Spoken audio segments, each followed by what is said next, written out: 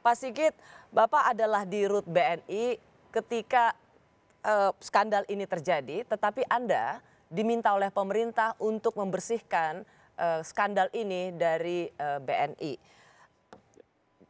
Pak Sigit, setelah tadi hari ini breaking news Kompas TV dan kabar yang begitu luas Maria Lumowa tertangkap, saya mau bertanya dulu apa respons Pak Sigit?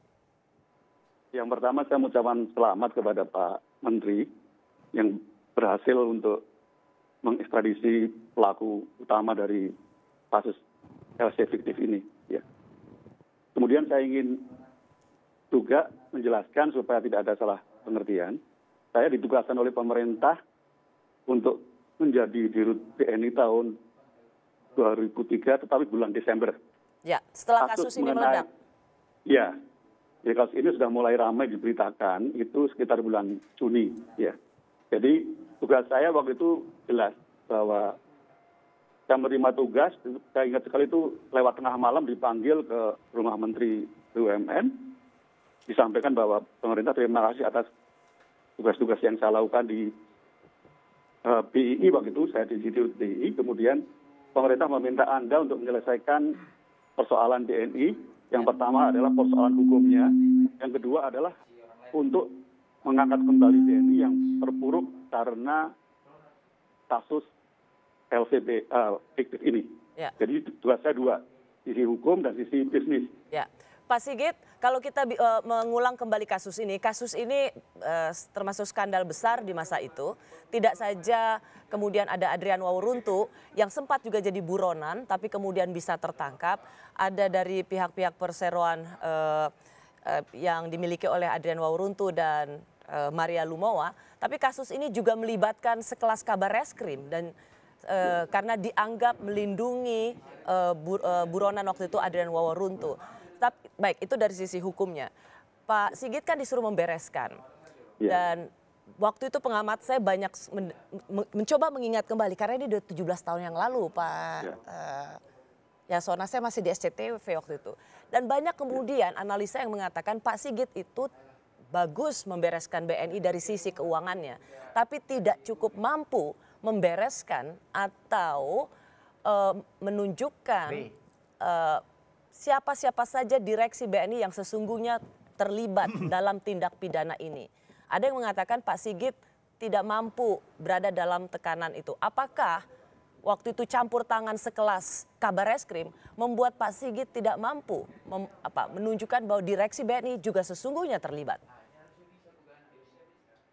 Jadi begini ya, kasus BNI ini yang melaporkan itu adalah BNI sendiri. BNI yang melaporkan kepada pihak kepolisian. Ini jadi jangan salah ya. Justru BNI sendiri dari hasil pemeriksaan internal auditnya, kemudian BNI melaporkan kepada kepolisian. Ya. Nah, sejak itulah kemudian BNI babak belur karena tiap hari diberitakan di media dan seterusnya.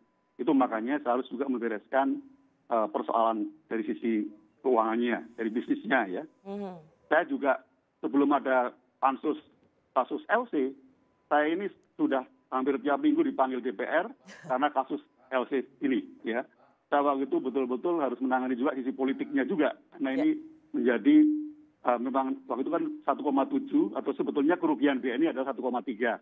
Karena pada waktu awal-awal itu LC ini dibayar akhirnya. Karena mungkin untuk komplotan ini mau menunjukkan bahwa ini tidak ada hal yang supaya tidak mencurigakan di awalnya. Jadi sempat dalam beberapa awal-awal ini dibayar ya. Jadi setelah itu baru kemudian LC ini tidak dibayar lagi, barulah ini kemudian menimbulkan kecurigaan dari internal audit dari BNI. Ya, karena gini Pak, 1,7 triliun kalau hanya ditimpakan oleh kepala kantor cabang saja dan tidak karena itu bukan transaksi yang cuman Rp1, Rp2, ini besar sekali.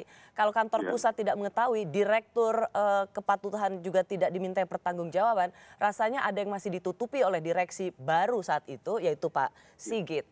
Kalau hanya menimpakan hukuman itu pada mereka yang bisa dibilang layer menengah. Ya.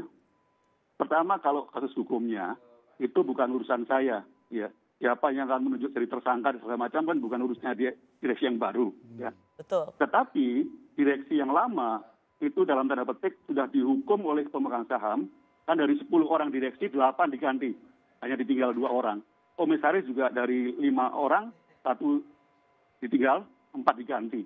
Ya. Jadi hampir seluruh manajemen puncak dari BNI diganti karena ini memang tanggung jawab manajerial, ya. Karena sebetulnya kasus ini jelas sekali bahwa yang berkomplot dengan pihak pelaku ini adalah kepala ekspor-impor di cabang Kebayoran Baru, ya.